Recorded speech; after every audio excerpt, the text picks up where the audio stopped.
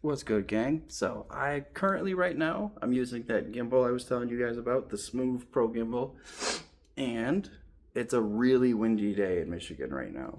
So that means the gimbal should do a really good job.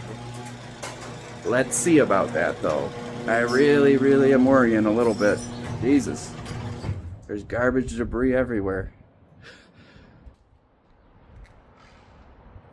All right, so good thing I came out. All right, let's see how we're doing. So far, so good. Let's run a little bit.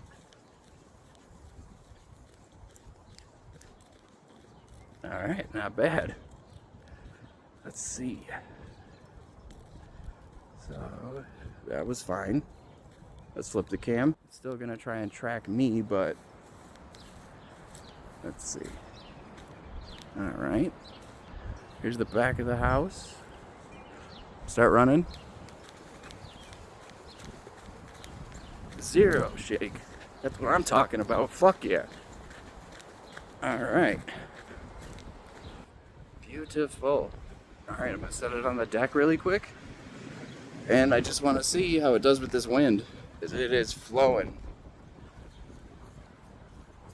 Let's go, baby.